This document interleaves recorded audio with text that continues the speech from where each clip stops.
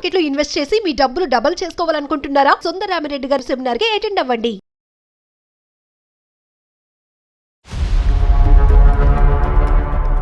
ఇప్పుడు ఫుల్ గా చాలా మారిపోయారండి. అడిస్ట్ లో అయిపోయి ప్రతి మాటకి తిడుతున్నారు. హౌస్ వైఫ్ అంటే ఎన్ని పనులు చేయాలండి ఇంట్లోనూ. నేను అసలు తట్టుకోలేకపోతున్నాను. ఈ మధ్యన చచ్చిపోవాలని అంత బాధ వస్తుంది. లవ్ లో ఇష్టపడి ఒక అబ్బాయిని ఇష్టపడిందండి. ఇంట్లోంచి లేచి వెళ్ళిపోయిందండి. అన్నం పెట్టి అవండి అంటే కూడా ఏమని మీద పడిపోతారండి. అసలు పిల్లలు మీరు కలిసి సొసైటీలో నన్ను తలెత్తుకోలేకుండా నాశనం చేశారు. హౌస్ వైఫ్ అన్న తర్వాత ఇంట్లో తిని కూర్చోవటం కాదు. పూర్తిగా అంతా అయిపోయిన తర్వాత అదిగో నీ వల్ల ఇద్దరు పిల్లలు చెడిపోయారు అనేటటువంటిది మంచి మాట కాదండి. అది చాలా తప్పు. పిల్లలు చేసిన పనికి నేను సొసైటీలో తలెత్తుకోలేక సగం తెచ్చి బతుకుతున్నాను. ఇంకా ఈ మీడియాలు ఛానళ్ళు అవి చెప్పి నన్ను పూర్తిగా చంపేదలుచుకున్నారా? మీరు ఫుల్ టైం జాబ్ చేస్తున్నారు కాబట్టి పిల్లలు పెంచేటటువంటి విధానం కేవలం ఇంట్లో ఉండే హౌస్ వైఫ్దే ఫుల్ టైం జాబ్ అనేది ఎవరు రాశారు, ఎవరు నిర్ణయించారు?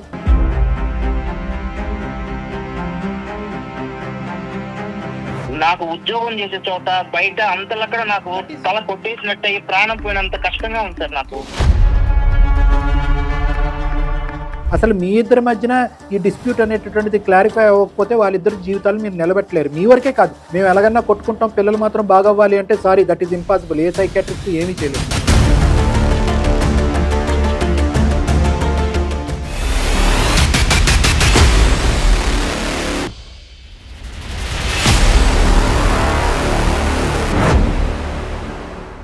సుమన్ టీవీ అందమైన జీవితం కార్యక్రమానికి స్వాగతం. ప్రస్తుతం మనతో పాటు ఉన్నారు ప్రముఖ సైకియాట్రిస్ట్ డాక్టర్ కళ్యాణ్ చక్రవర్తి గారు. డాక్టర్ గారు నమస్తే. నమస్తే మేడం.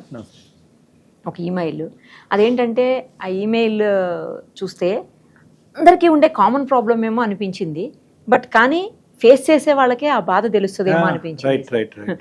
సుహాసిని గారు సార్ ఆవిడ పేరు, సుహాసిని అని ఆవిడ మనకు మెయిల్ చేశారు.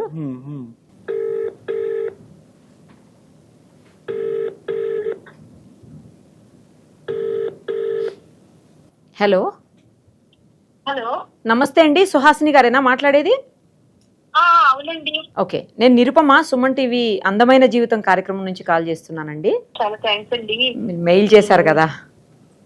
అవునండి. ఇప్పుడు మనతో పాటు ఉన్నటువంటి డాక్టర్ కళ్యాణ్ చక్రవర్తి గారితో ఒకసారి మాట్లాడి మీ ప్రాబ్లం ఏంటో చెప్పండి. అలాగే చెప్పండి సుహాసిని గారు. నమస్తే అండి. నమస్తే సార్. నమస్తే అండి. నమస్కారం, చెప్పండి. ఒక సమస్య ఉందండి. ఆ సమస్యను ఎవరితో చెప్పుకోవాలో ఏం చేయాలో అర్థమవట్లేదు. చాలా రోజుల నుంచి నేను సతమతం అయిపోతున్నానండి. అయితే నా సమస్య ఏంటంటే అండి, మా హస్బెండ్ చాలా ప్రేమగా ఎంతో మంచిగా ఉండేవారండి. అలాంటిది ఇప్పుడు ఫుల్ గా చాలా మారిపోయారండి. అడిస్ట్ లో అయిపోయి ప్రతి మాటకి తిడుతున్నారు. కొట్టడానికి కూడా సిద్ధమైపోతున్నారండి ఇష్టం వచ్చినట్టు. హౌస్ వైఫ్ అంటే ఎన్ని పనులు చేయాలండి ఇంట్లోనూ.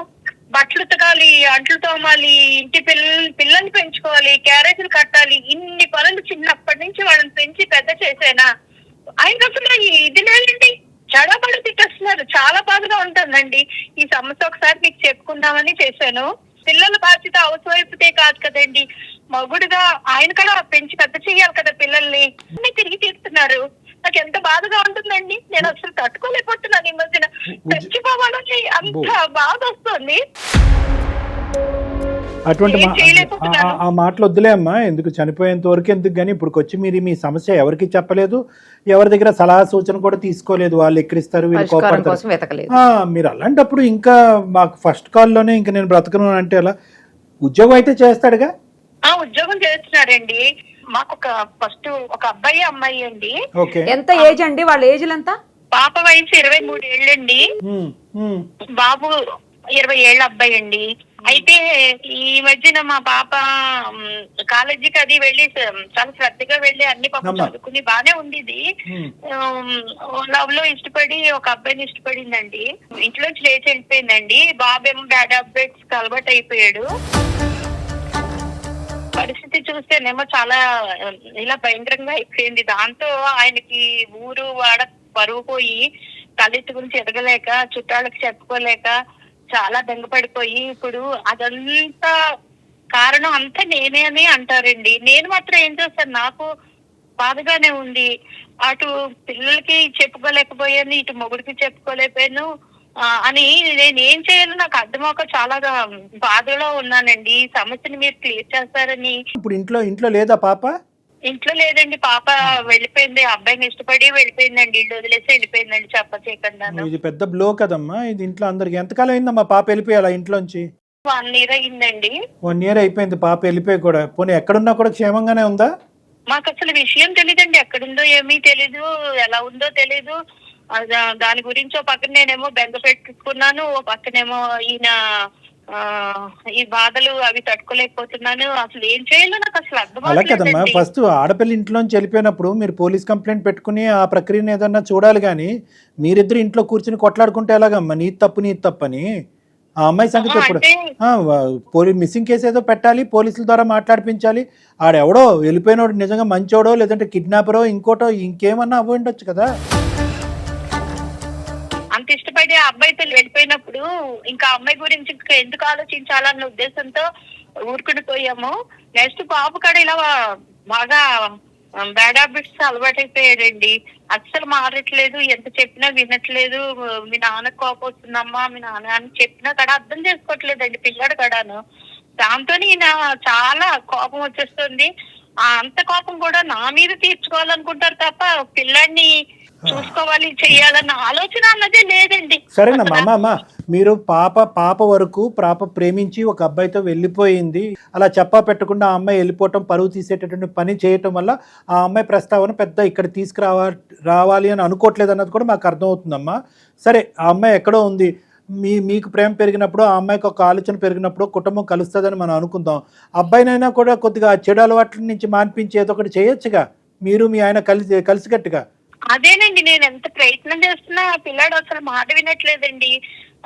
పోనీ వాళ్ళ నాన్న ఆయన చెప్తే పోనీ వింటాడేమో అని ఒక్కసారి చెప్పండి అంటే, నీ పెంపకం హౌస్ వైఫ్ ఉండి నువ్వు చూసుకోవాలి తప్ప నేను ఎందుకు చూసుకోవాలి? నేను కష్టపడి డబ్బు సంపాదిస్తున్నాను, తెస్తున్నాను, ఇంతకన్నా నేను ఏం చేయగలను అడుగుతాడండి ఆయన. నేను ఏం చెప్తానండి? అమ్మమ్మ కాదమ్మా, ఇప్పుడు మా దగ్గరికి ఎందుకు వచ్చారు? మీ ఆయనకి నచ్చజెప్పాలా? మీ కొడుకు అలవాట్లు మానిపించాలా? నీ కూతురికి కౌన్సిలింగ్ చేయాలా? దేని గురించి వచ్చారు మా దగ్గరికి? అన్ని సమస్యలు మీరే క్లియర్ చేస్తారని వచ్చామండి. మీ దగ్గరికి వచ్చే సమస్య క్లియర్ అవుతుందని నేను తెలుసుకుని మీ ద్వారా. సరే, అన్ని సమస్యలు తీరుస్తాం, కానీ అన్నిటికంటే పెద్ద సమస్య ఏంటంటే మీ ఇద్దరి మధ్యన ఐకమత్యం లేకపోవటం, భార్యాభర్తల మధ్యన మీ ఇద్దరి మధ్యన ఒక అండర్స్టాండింగ్ లేకపోవటం. అసలైనటువంటి కథను వెనక్కి పెట్టి కూతురు కాస్తే వెళ్ళిపోయి ఇంట్లోంచి వెళ్ళిపోయి సంవత్సరం అయితే కనుక ఆ అమ్మాయి బాగోగులు ఎలా ఉన్నాయనేది తెలుసుకోకుండా ఈరోజు అతను మిమ్మల్ని నిందించడం, మీరు మీ అబ్బాయికి చెప్పాలనుకోవటం, మీ అబ్బాయి మీ మాట వినకపోవటం, మీరిద్దరు కొట్లాడుకోవటం, సుమన్ టీవీ వరకు రావటం. సో దీన్ని బట్టి మాకు అర్థమైంది ఏంటంటే ఫస్ట్ అసలు మీ ఇద్దరి మధ్యన ఈ డిస్ప్యూట్ అనేటటువంటిది క్లారిఫై అవ్వకపోతే వాళ్ళిద్దరు జీవితాలు మీరు నిలబెట్టలేరు. మీ వరకే కాదు, ఏ తల్లిదండ్రులకైనా మనం చెప్పేది ఇదే. మేము ఎలాగన్నా కొట్టుకుంటాం, పిల్లలు మాత్రం బాగవ్వాలి అంటే sorry, that is impossible. A psychiatrist ఏమీ చేయలేదు. అదేనండి, నేను ఎంత మంచిగా ఆయన మారుద్దామని ప్రేమగా అభిమానంగా ఎంతో అన్నం పెట్టి అవండి అంటే కూడా దయ్యమని మీద పడిపోతారండి. అసలు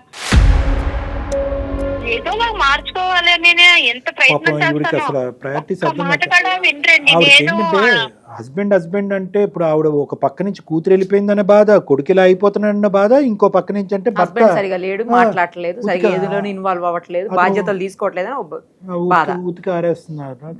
సరే అమ్మా, ఇప్పుడు అతనితో ఒకసారి మాట్లాడదాం అమ్మా. కలపండి ఫోను. మీ వారి పేరు? కృష్ణమూర్తి అండి.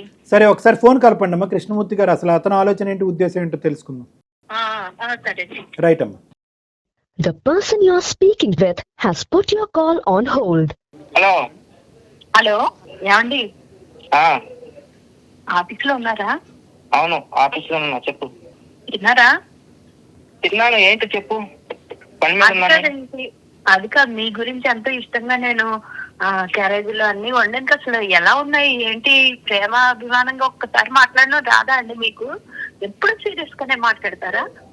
ఏంటో కొత్తగా ప్రేమలో కొత్తగా ఏంటండి, నేను ఎప్పుడు కూడా మారలేదు, ఇదే నా లోకం అనుకుని నేను బతుకుతున్నాను. అలాంటిది ఒక్కసారి ప్రేమగా మాట్లాడరు, చెయ్యరు. పిల్లలు మీరు కలిసి సొసైటీలో నన్ను తలెత్తుకోలేకుండా నాశనం చేశారు. పిల్లలు పెద్దయిగా కూడా నేనే కాలేజీకి వెళ్ళాక వాళ్ళు ఏం చేస్తున్నారో ఏం చదువుతున్నారో నాకు ఏమి అర్థమవుతుందండి. ఇంట్లో పని చేసుకుంటానా, బయట పిల్లల్ని కనిపెట్టుకుని ఉంటానా? హౌస్ వైఫ్ అన్న తర్వాత ఇంట్లో తిని కూర్చోవడం కాదు. ఈ వయసుకు వచ్చిన పిల్లలు ఇంట్లో ఉన్నారు, వాళ్ళు ఏం చేస్తున్నారు, ఎలా బతుకుతున్నారు ఏంటి అనేది కొంచెం నిఘా అనేది ఉండాలా. కృష్ణమూర్తి గారు నేను నిరుపమ అండి, సుమన్ టీవీ అందమైన జీవితం కార్యక్రమం నుంచి మాట్లాడుతున్నాం. సుమన్ దేని గురించి మేడం? ఇప్పుడు మీ వైఫ్ సుహాసిని గారు మాకు మెయిల్ చేశారండి, ఇంట్లో ఒక ప్రాబ్లం ఉంది, దానికి నాకు సొల్యూషన్ దొరకట్లేదు మేడం, మీ ప్రోగ్రామ్ ద్వారా డాక్టర్ గారు మీరు కలిసి సొల్యూషన్ ఇవ్వండి మేడం అని చెప్పి ఫోన్ చేశారు. డాక్టర్ కళ్యాణ్ చక్రవర్తి గారు కూడా మనతోటే ఉన్నారు, ఒక్కసారి మాట్లాడండి సార్ తోటి. మేడం చెప్పండి. ఇప్పుడు నా కుటుంబంలో నా పిల్లలు చేసిన పనికి నేను సొసైటీలో తలెత్తుకోలేక సగం తెచ్చి బతుకుతున్నాను. ఇంకా ఈ మీడియాలు ఛానళ్ళు అవి చెప్పి నన్ను పూర్తిగా చంపేదలుచుకున్నారా? ఏమండి ఎవరిని చంపుతారండి? బెలే మాట్లాడుతున్నారు మీరు. ఇప్పుడు డాక్టర్ కళ్యాణ్ చక్రవర్తి వినండి ఒక నిమిషం వినండి. కృష్ణమూర్తి గారు, మాకేమీ అంత టైం ఎక్కువే చేయలేదు. కొన్ని వందలు వేల ఉండేటటువంటి ఈమెయిల్స్లో మేము చాలా కష్టపడి ఈ ఈమెయిల్ సెలెక్ట్ చేసి అయ్యో ఇక్కడ కూడా ఒక ప్రత్యేకమైనటువంటి ప్రాబ్లం ఉంది, ఆల్రెడీ ఇటువంటి సంఘటనల నిమిత్తం వాళ్ళిద్దరు ఇబ్బంది పడుతున్నారు, మళ్ళీ ఇప్పుడు ఇద్దరు కొట్లాడుకుని మళ్ళీ ఇంకొక పంచాయతీ పెట్టుకుని రోడ్డు మీద పడే ముందే మనం ఇంట్లో ఎంక్రోచ్ అవ్వాలనేటువంటి ఉద్దేశంతో మేము హెల్ప్ చేయడానికి ముందుకు వచ్చాం. దయచేసి ఒక 2 నిమిషాలు ఆలోచించండి. మీడియా కాదు, మీరు ఎవరికే తెలియదు అసలు మీ ప్రాబ్లం తప్ప. కృష్ణమూర్తి గారు, ఇందాక సుహాసిని గారు ఒక కంప్లైంట్ మాకు పెట్టారు, ఒక ఈమెయిల్. ఏమండి మేము ఇంట్లో అతను ఎంత బాధపడుతున్నారో నేను కూడా అంతే బాధపడుతున్నాను, మా అమ్మాయి ఇలా వెళ్ళిపోయి 1 సంవత్సరం అయ్యింది, ఆ అమ్మాయి ఎక్కడుంది ఎవరితో పాటు ఉంది అనేది మాకు తెలిసినా కూడా అది మేము జీర్ణించుకోలేకపోయాం, ఎందుకంటే పరువు ఇదైపోయింది. దాంతోపాటు అబ్బాయి యొక్క ప్రవర్తన కూడా బాగాలేదు. నేను ఒక తల్లిగా వాళ్ళకి ఇవ్వాల్సినటువంటి ప్రేమ ఆప్యాయతలతో పాటు కావలసినటువంటి సదుపాయాలతో పాటు గౌరవప్రదంగా పెంచడానికి నా వంతు ప్రయత్నం నేను ఎప్పుడూ చేస్తూనే ఉన్నాను, అందులో ఎటువంటి ఇది లేదు. కానీ ఈరోజు ఈ పరిస్థితి వచ్చేటప్పటికి అతను నా వైపే చూపెడుతున్నాడు. ఎక్కడైనా ప్రతి ఇంట్లో కూడా చాలా ఇళ్లలో జరిగేది ఇదే. ఆ బాధ్యత అతనిది కూడా కదా. ఈ సమస్యను పరిష్కరించాలి, ఇప్పుడు బాబును ఒక మంచి మార్గంలో పెట్టాలి అంటే కనుక తండ్రిగా అతని పాత్ర ఇంపార్టెంట్, నెంబర్ 1. నెంబర్ 2 ఏంటంటే నన్ను నిలదీసి నన్ను నిందించి మీ ఇద్దరం కొట్లాడుకుంటే వాడు ఇంకా పక్కదోవ పడతాడు కదా. మా ఇద్దరి మధ్యన సఖ్యత ఒక సానుకూలత ఉండాలి కదా, దీనికి మీరు హెల్ప్ చేయండి అని చెప్పి ఆవిడ మాకు ఈమెయిల్ పంపించారు. తప్పే ఉంది అందులో? మీ అభిప్రాయం ఏంటో చెప్పండి. ఆవిడ మీద ఎందుకు అంత చిరాకు కోపంగా ఉన్నారు మీరు?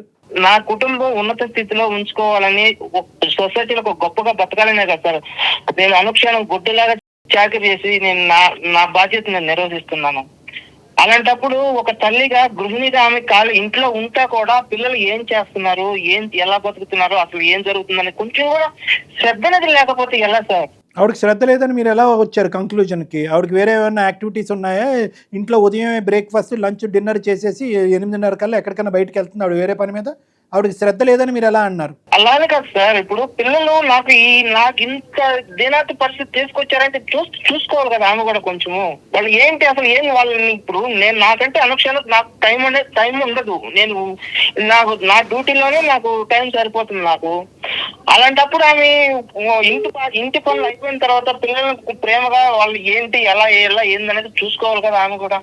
రైట్ సార్ నేను ఒకటి చెప్తాను. చాలా కామన్ గా ఉండేటటువంటి ప్రాబ్లమే. కృష్ణమూర్తి గారు దయచేసి వినండి. ఏమండి, ఇప్పుడు మీరు ఉద్యోగం చేసుకుంటున్నారు, ఉదయం నుంచి సాయంకాలం వరకు చాలా బిజీగా ఉంటున్నారు. కానీ ఇక్కడ తల్లిదండ్రులు ఎంత బిజీగా ఉన్నా కూడా పిల్లలు ఎంత జాగ్రత్తగా ఉన్నా కొంతమంది పిల్లలు కొన్ని ఆలోచనల వల్ల, కొన్ని వ్యవహారాల వల్ల, కొన్ని డైవర్షన్స్ వల్ల డైవర్ట్ అవుతున్నారు.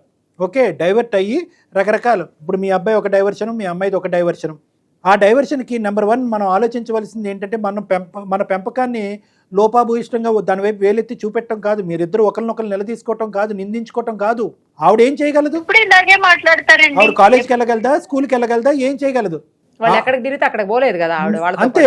మీ ఆడపిల్ల ప్రేమిస్తుంది అనేది ఈవిడికి ఎంత తెలుసో మీకు అంతే తెలుసు. మీ అబ్బాయి చెడు అలవాట్లకు బానిస అయ్యాడు అనేటటువంటి అంశం 3 నెలలకి ఆవిడకి ఎంత తెలుసో మీకు అంతే తెలుసు. ఎందుకు? పిల్లలు పెంచేటటువంటి విధానం, మీరు ఫుల్ టైం జాబ్ చేస్తున్నారు కాబట్టి పిల్లలు పెంచేటటువంటి విధానం కేవలం ఇంట్లో ఉండే హౌస్ వైఫ్దే ఫుల్ టైం జాబ్ అనేది ఎవరు రాశారు, ఎవరు నిర్ణయించారు? ఇంకా పైపెచ్చు ఒక తండ్రి అంటే కనుక పిల్లలకి ఎంతో కొద్ది గొప్ప ఒక భయం ఉంటుంది. అరే తండ్రి ఇంత కష్టపడుతున్నాడు, రూపాయి సంపాదించడానికి కింద మీద పడుతున్నాడు, గబుక్కన మనం ఏమన్నా తప్పని చేస్తే కనుక పరువు పోతుంది, తండ్రి ఉద్యోగానికి మచ్చ వస్తుంది, సమాజంలో ఒక మచ్చ వస్తుంది అని చెప్పి ఎంత కాదనుకున్నా తండ్రి మీద ఒక భయం, భక్తి, ఒక గౌరవం కూడా ఉంటుంది, తల్లి మీద కూడా ఉంటుంది. కానీ తండ్రికి కంట్రోల్, భయంతో కూడినటువంటి భక్తి, ఆ కంట్రోల్ చేసేటటువంటి కెపాసిటీకి ఒక ప్రత్యేకమైనటువంటి పవర్ తండ్రికి ఉంటుంది. మరి ఆ పవర్ మీరెందుకు సద్వినియోగం చేసుకోలేకపోయారు? ఆదిలోనే ఇది ఒక కంట్రోల్ చేస్తుంటే బాగుండేదేమో కదా. కానీ ఆవిడ ఎంత తప్పు ఉందో, ఒకప్పుడు తప్పు ఉంటే కనుక ఇద్దరిది తప్పు లేదు, ఒకప్పుడు తప్పు ఉంటే కనుక ఇద్దరిది తప్పే. ఇది ఎప్పుడైతే స్టార్టింగ్ పాయింట్లో ఉంటుందో అప్పుడు రెక్టిఫికేషన్ ప్రాసెస్, దానికి ఒక ఆన్సర్, ఒక సొల్యూషన్ కనిపెట్టుంటే కనుక బాగుండేది. పూర్తిగా అంతా అయిపోయిన తర్వాత అదిగో నీ వల్ల ఇద్దరు పిల్లలు చెడిపోయారు అనేటటువంటిది మంచి మాట కాదండి, అది చాలా తప్పు. ఎందుకంటే ఆవిడ ఇప్పుడు మూడిట్లకి బాధపడుతుంది. ఒకటి కూతురు అలా వెళ్ళిపోయింది, రెండోది బాబు ఇలా అయిపోయాడు, మూడోది మిమ్మల్ని ఎలా నమ్మించాలో, మీ దగ్గర ఎలా ఒక మంచి పేరు తెప్పించుకోవాలో, మీ లోపల ఒక నమ్మకం ఎలా తెప్పించాలో ఆవిడ బాధపడుతుంది. ఇదే మేజర్ అయింది అసలు, ఇది ఇప్పుడు మేజర్ అయిపోయింది ఆవిడకి. ఒకప్పుడు ఈ సబ్జెక్ట్ గురించే మనం రోజుల తరబడి మాట్లాడుకుంటే ఆ పిల్లలిద్దరిని ఎవరు సక్రమ మార్గంలో పెడతారు? మీ ఇద్దరి మధ్యన ఒక ఐకమత్యం ఉండాలి కదా, పిల్లల్ని పెంచే విధానంలో ఒక అండర్స్టాండింగ్ ఉండాలి కదా. అలా ఎలా నిందిస్తారో అలా ఎలా నిలదీస్తారండి, వేలెత్తి చూపెడతారు, వెక్కిరిస్తారు. ఆవిడ ఎవరికి చెప్పుకోవాలి? నాకు ఉద్యోగం చేసే చోట బయట అంతలక్కడ నాకు తల కొట్టేసినట్టు ప్రాణం పోయినంత కష్టంగా ఉంది సార్ నాకు. కృష్ణమూర్తి గారు, ఒక్కటి జాగ్రత్తగా గుర్తుపెట్టుకోండి, మీకెంత పరువు పోయేటటువంటి పనో ఆవిడకు కూడా అంతే పరువు పోయేటటువంటి పని. మీ పరువు వేరు, ఆవిడ పరువు ఏది కాదు, ఇది కుటుంబ పరువు. సో కాబట్టి ఇది మీ సమస్య, నా సమస్య, నీ సమస్య కాదు అనే విధంగా మాట్లాడొద్దు. నా సమస్యకి నువ్వు కారణం అనే విధంగా కూడా దయచేసి మాట్లాడద్దు. మీరిద్దరు భార్యాభర్తలు, అట్ ద సేమ్ టైం తల్లిదండ్రులు, ఇద్దరికి సమపాలల్లో, ఇద్దరికి ఈక్వల్ భాగం ఉంది ఈ ప్రాబ్లంలో. మీరు ఒక 2 అడుగులు ముందుకు వస్తే ఆవిడ ఒక 2 అడుగులు ముందుకు వస్తారు. సమస్యకి పరిష్కారం ఏంటనేది ఎత్తుకుదాం. అక్కడ ఆడపిల్ల జీవితాన్ని కాపాడాలి, అట్ ద సేమ్ టైం మీ అబ్బాయిని సక్రమ మార్గంలో పెట్టాలి. మనకి ఎంతసేపు డాక్టర్ గారు మంచిగానే చెప్తున్నారండి, మీరు అర్థం చేసుకోవచ్చు కదా, ఇప్పటికే అర్థం చేసుకోరు ఏంటండి? నేను మన మంచి గురించి చెప్తున్నారు, మీకు అర్థం అవట్లేదా? జీవితం అంతా అయిపోయాక తెలుసుకున్న లాభం లేదండి, ఇప్పుడే తెలుసుకోవాలి. మూర్తి గారు, నాకు అర్థమవుతుంది మీరు ఎంత బాధపడుతున్నారో అనేది నాకు అర్థమవుతుంది. ఎందుకంటే కనుక మీరు బయట ప్రపంచంలో పనిచేయవలసినటువంటి వ్యక్తి కాబట్టి నలుగురు 4 విధాలుగా మాడి 4 ప్రశ్నలు అడిగినప్పుడు ఒక తండ్రిగా మీకు ఒక ఫెయిలియర్గా అనిపించడం అనేది చాలా కామన్, మేమందరం అర్థం చేసుకోగలం. దాంతోపాటు ఆవిడకి కూడా అదే పరిస్థితి, ఇద్దరిది అవమానమే, ఇద్దరిది బాధే. మీ ఇద్దరు బాధపడుతూ మీ ఇద్దరు ఒకరినొకరిని ఇలా మాట్లాడుకుంటూ ఉంటే కనుక వాడికి దొరికిందే ఛాన్స్ అని చెప్పి మీ కొడుకు ఇంకో రూట్లోకి వెళ్తాడు. ఇంకా డాక్టర్లు, హాస్పిటల్స్ కూడా ట్రీట్మెంట్ చేయనటువంటి పరిస్థితికి వెళ్ళిపోతాడు, క్రానిక్ ఎడిక్ట్ అయిపోతాడు. వాడి ఎడిక్షన్ ఫస్ట్ ఇమీడియట్గా తక్షణ కర్తవ్యంగా యుద్ధ ప్రాతిపదికన మనం క్లియర్ చేయాలి. నేను రెడీగా ఉన్నాను మీ అబ్బాయిని ట్రీట్ చేయడానికి. ఫస్ట్ మీరు మానసికంగా ఆవిడ ఆలోచనతో ఏకీభవిస్తే, మీ ఇద్దరు ఒకే తట్టు మీదకి రాగలితే I will try and help you. అర్థం చేసుకోండి కొంచెం, మీకు అర్థమవుతుందా? మిమ్మల్ని ఏం గర్జించట్లేదు, కోప్పట్లేదు, కొద్దిగా బుద్ధి చెప్తున్నాను. ఈ విధంగా చెయ్యండి, ఇంకా ఫర్దర్గా చేతులు కాలక ముందే ఇంకొద్ది జాగ్రత్త తీసుకోండి అని చెప్తున్నాను. అది అర్థం చేసుకోండి. మీరెందుకు కాల్ చేశారు, మీకేం పని అంటే కనుక మీరు చేయలేనటువంటిది మీకు చెప్పి మీ చేత చేయిద్దామని. మా పరువు పోయేది ఇక్కడ.